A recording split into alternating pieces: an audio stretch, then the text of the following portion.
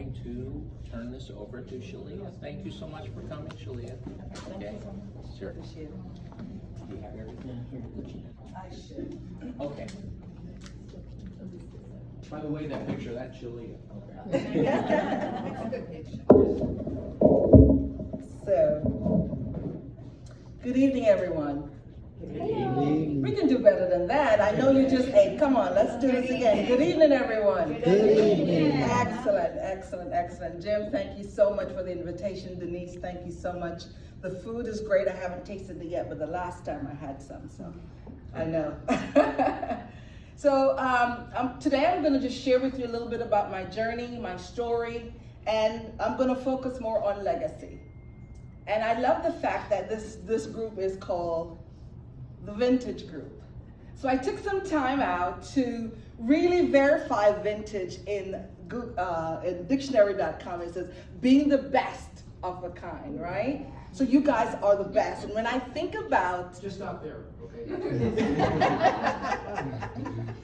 When I think about the best, I think about my grandmother, right? I had a great relationship with my grandmother because there was a lot of wisdom. There was a lot of things that I learned from my grandmother. And you will hear a lot of threads about my grandmother in my book and as I talk today. So the three things I'm going to focus on today is what is legacy, what legacy was left for me, and what legacy I'm going to be leaving for you guys, for my children, for those God has assigned to me. That is what I'm going to be sharing this evening. And I'll have question and answers at the end, and I'll share more about my book and my journey. So legacy is anything handed down from the past, from your predecessor, from your ancestor. It may be an heirloom, may be a piece of land that just stays in the family. Whatever that is, that's legacy. And it's something that is embedded in the family. This is a brand. This is for the family. It's not going to go out of the family. Whoever gets married, get this legacy passed on to them, right? Whatever that looks like. So I want to take my message from the Bible. I'm a person of faith, and I know you guys are too. So when I look in Proverbs 13, verse 22, it says, a good man, but I put in woman in there or person, leaves an inheritance for their children's children. And that's so important for me because I have 2 grandchildren. I don't look like it, but I do. I have 2 grown sons. One is 29 and one will be 28 on March 27th. And I was blessed by a beautiful navy blue-eyed grandmother. She was just so beautiful. And the information that my grandmother left me fall in these 4 categories. That's how I package her, right? So when I think of my grandmother, I want to paint a picture for you. And I want you to follow me. I'm the girl from the Caribbean. I'm from Jamaica. So you may hear an accent, so that's where I'm from. I've been here 40 years, but I still stay true to my roots. I love my accent. I love my country. But also, the thing that I love the most is the richness of what my grandmother left me. So when I think of compassion, I want you to go on this journey with me. Picture a 5-year-old. I don't remember a lot about my life and about my childhood, but there's significant things that I do remember. And I want you to picture the brook or the rivers here in Georgia. I'm living in Jamaica. It's a Sunday. And every Sunday, my grandmother went to the river. How do I know that? That was part of her routine. And I was 5. I wasn't feeling well, so I couldn't stay home by myself. And she took me along down the hill we went, and we got in position for the river. So in Jamaica, we don't have the luxury of what you guys have here by having a washing machine in your house. When I was being raised, you either wash in a tub at home or a bucket or whatever it is, or you go to the river. So we went to the river. My grandmother was washing, and she put me to the side on the river bank, and she spread a blanket, what we call a bag. It was something similar to the band that's around the vase here, and it was that color. And she spread it on the bank of the river. And she sat me there with my toys.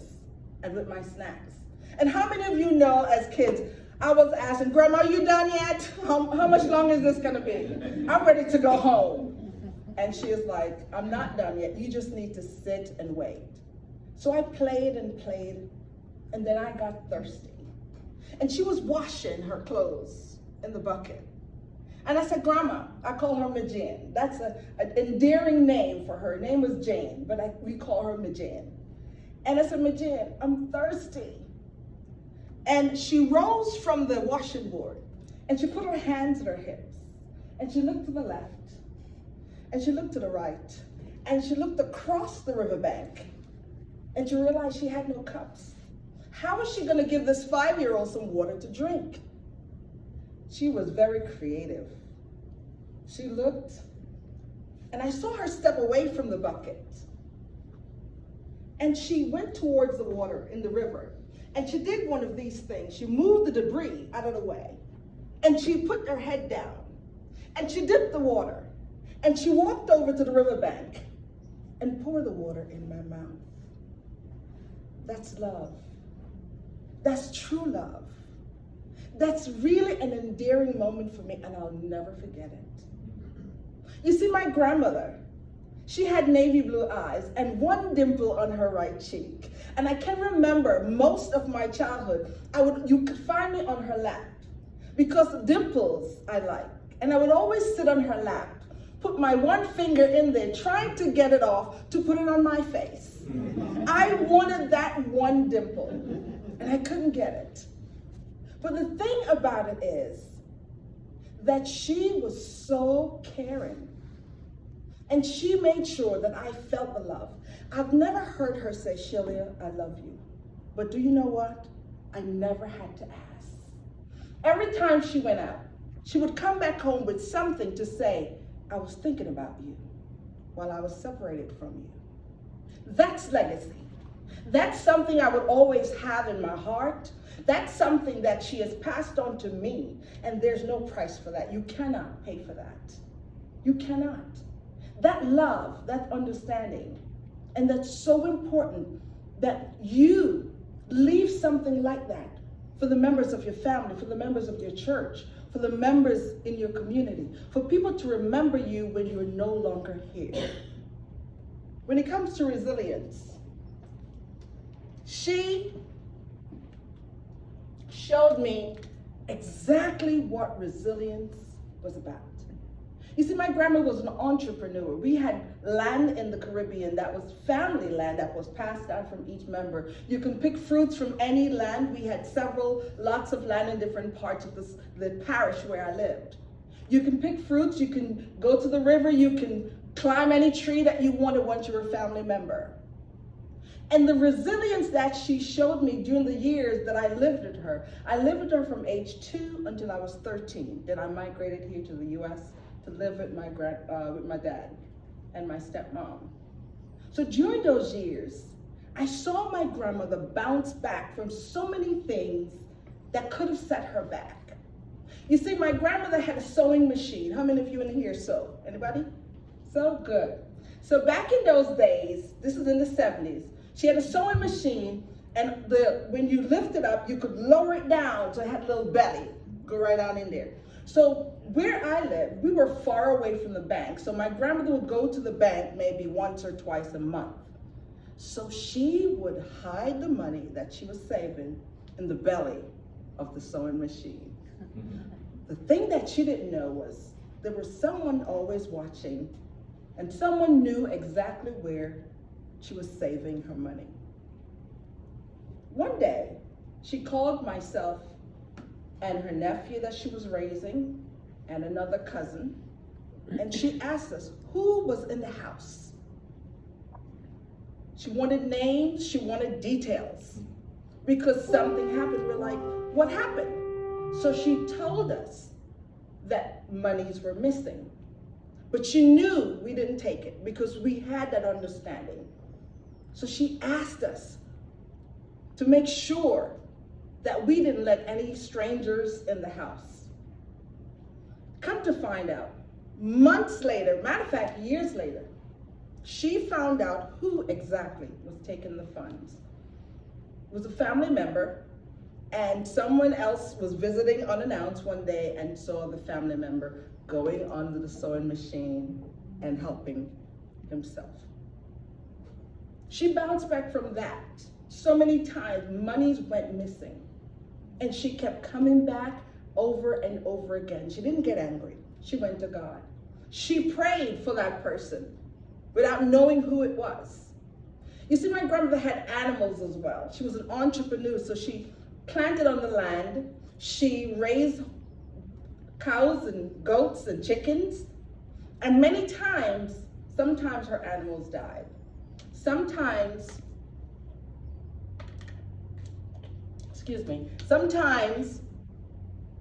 the animals were stolen, but it never stopped her. It set her back, but it never stopped her. And that is something that I would forever have with me, to see her bouncing back. When it comes to service, she was the epitome of service. When she was going to the marketplace, people would come to our home and give her this long list of things they wanted her to buy. I never saw her take a note and write it down, but she always remembered exactly what they asked for her to purchase for them. She would go in the community and she would clean the homes of elderly people who did not have family to help or anybody to really care about them.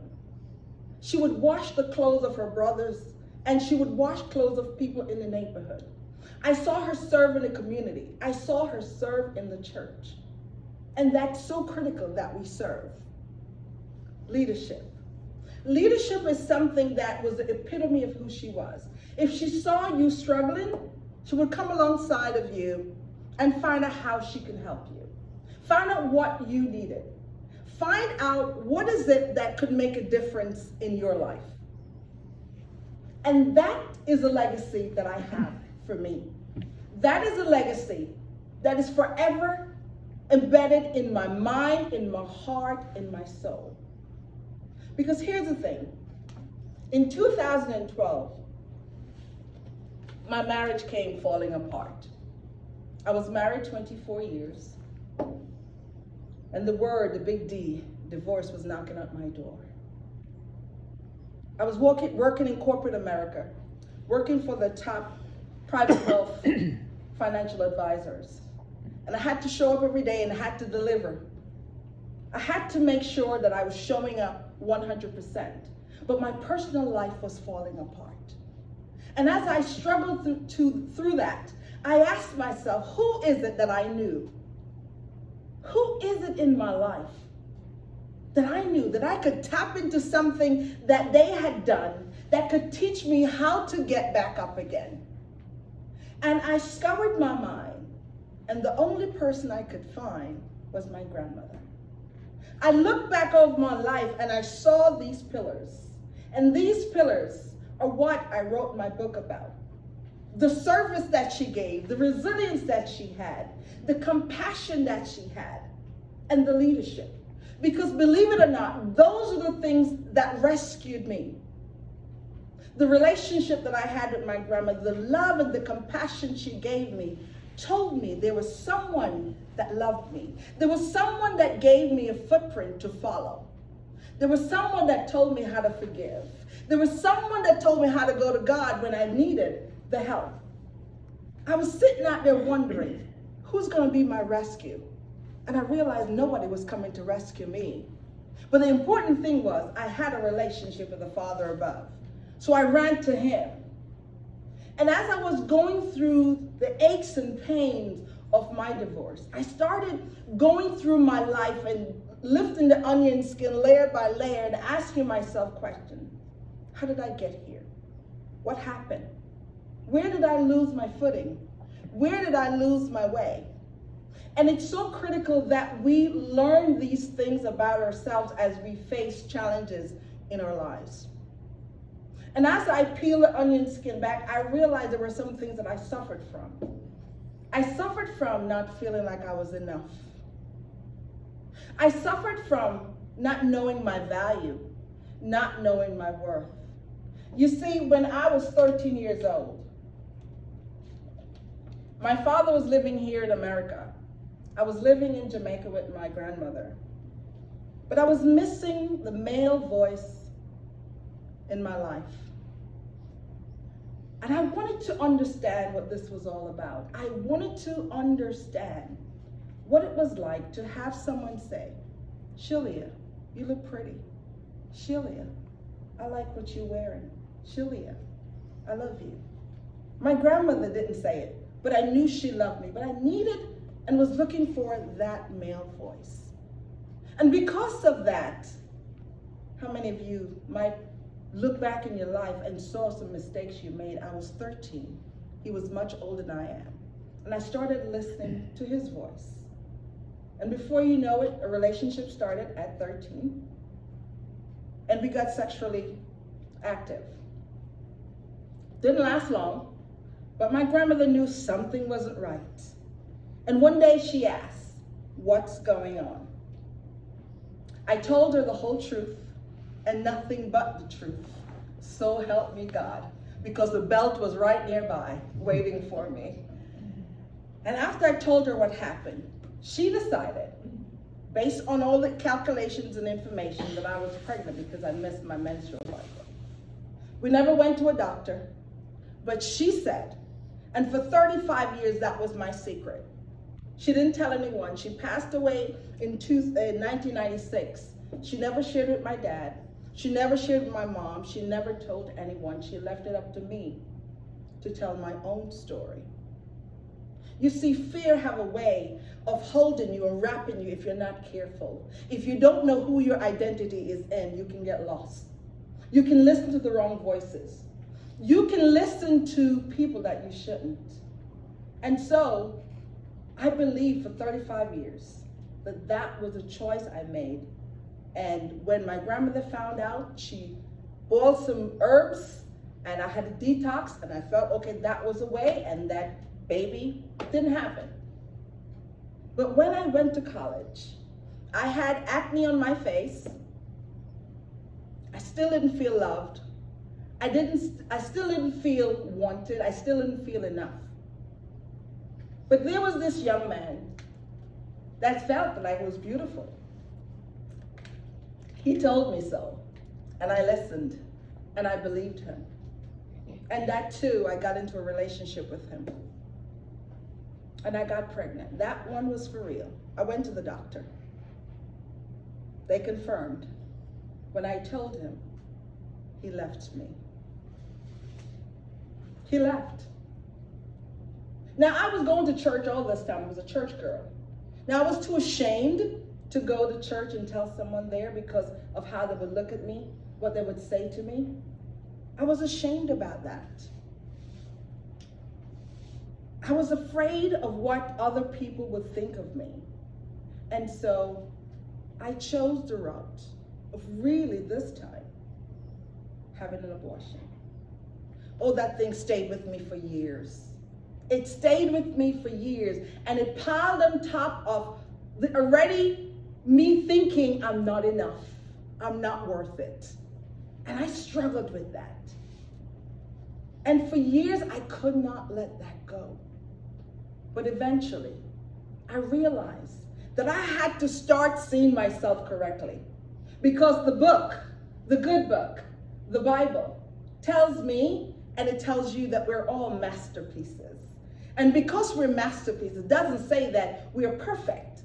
We can be flawed, even though we're masterpieces. Because in the eyes of Christ, we are beautiful. He sees us beyond our mistakes. He sees us beyond our flaws. And that was critical for me. So I realized that going through this divorce thing, layer after layer, looking through my life to see where I went wrong, and really understanding my value and worth, I realized that I had to make a change. I had to do something different. So I decided in 2013 to become a life coach. And I focused on really understanding what that meant. You see, many years ago, I took a spiritual gifts test, and it said I was gifted in exhortation. That is just an old English word for encouragement. Encouragement came easy for me. I can encourage anybody with a text, a phone call, whatever it is. It was something I did naturally. But I knew that God wanted me to use this gift. So once I got a hold of my voice and really understood that this journey that God had me on was not just for me to figure out my life, was also to help other people figure out their lives too. So I got to the place in my life where I became comfortable enough to talk about my journey. Because there were times I would talk about it, but you couldn't hear a word because the tears were coming down. I remember in 2015, I went on to be trained by John C. Maxwell to become a transformational life coach. And we had a session on marketing. I walked in there and I thought this was about marketing. But the first question was, what is your gremlin? And I knew what my gremlin was, but I didn't want to tell anyone what my gremlin was. My gremlin was that I had an abortion and I didn't want anybody to know. And because of that, it stopped me from really being authentic, for really telling my full story. I would stop my testimony right at the edge without telling anyone what I did. But I was brave enough to raise my hand and I said, okay, I will go to the front and share my story. I went to the front and I shared my story. And as I shared my story, there was a pastor in the midst, and thank God he was there. He came up and he supported me, and I was crying, big crocodile tears. And he supported me. And as he supported me, I was able to share my journey. Soon after, the instructor called for a pause for us to refresh. And I was so happy that he did. I could go to the bathroom, wash my face, and get my act together. And as I stood at the sink washing my hands, two ladies came up to me. One said to me, a doctor raped me. Another one said, me too. I made a choice of aborting. And she was struggling with that. Another lady said to me, I am still cutting myself because of the abuse that I've been through throughout my life. And I want to end it. But because you were brave enough to share your story, that gives me hope. And hope is my favorite word. And I realize that's an assignment that God has given to me to share my story of how he restored my life and the journey he has me on to now help to coach women who have gone through things in their lives, who have gone through divorce and who want to bounce back, who want to come back from the hardship, the heartbreak of what divorce can be. It can be harsh. It can really mess you up if you're not careful, if you're not grounded, if you don't know who you are, if you don't know your value and worth according to what God says. And I was able to lean into that and really believe what God says. And now I'm on a mission. I'm on a mission to continue to share my story because there's so many people out there who need to be released from the pain, from the shame of what happened. Whatever age you are, whatever age they were when this happened, that's what I'm here to do. I want you to know that as I coach, this is a list that I want you to keep close to you. If you hear anyone say, I am struggling to bounce back after divorce because of limiting beliefs, they think they're not worthy. They think they're not worth it. They don't think they have value. I want you to let them know there's someone here that could get in the trenches with them because I know what it is to feel shame. I know what it is to struggle. I know what it is to have to come back and move forward. I know what it is to get out of a rut. I know what it is to bounce back. I want you to let them know that there's somebody here to help them to move forward. Somebody here to help them to move past their shame, to move past their pain. Why can I do that? Because I've lived it. I know what it is to start over. I know what it is to keep moving forward.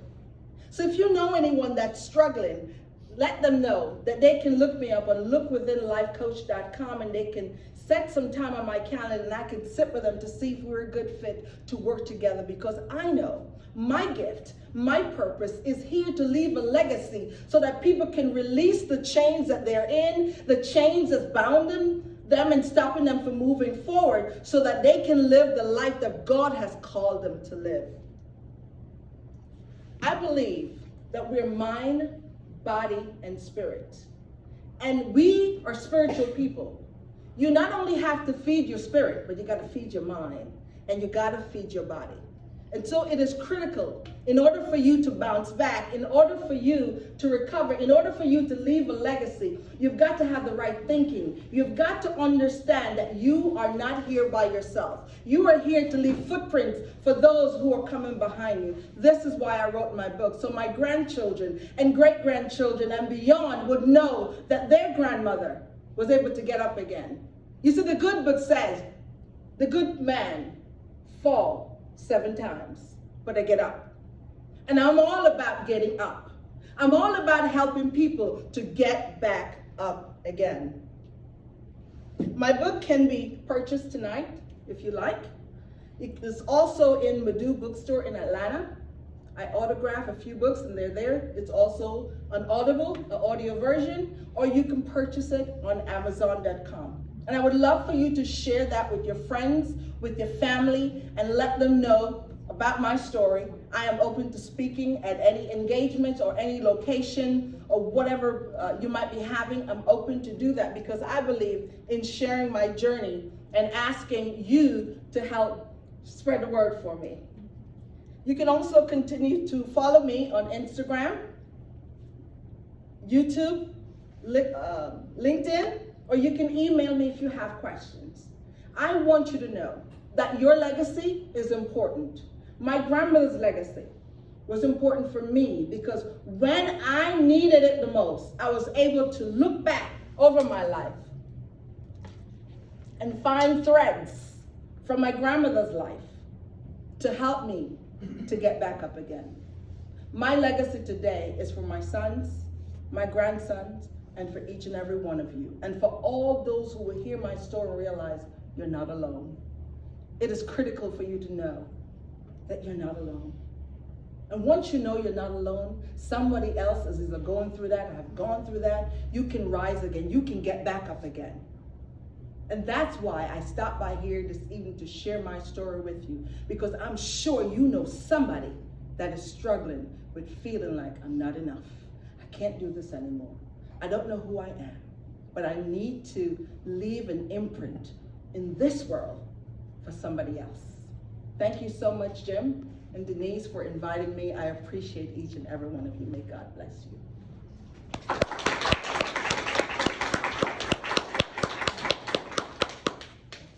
Thank you so much, Juliet.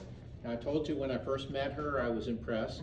Was I not right? Okay. I don't always get it right, but sometimes I get it right.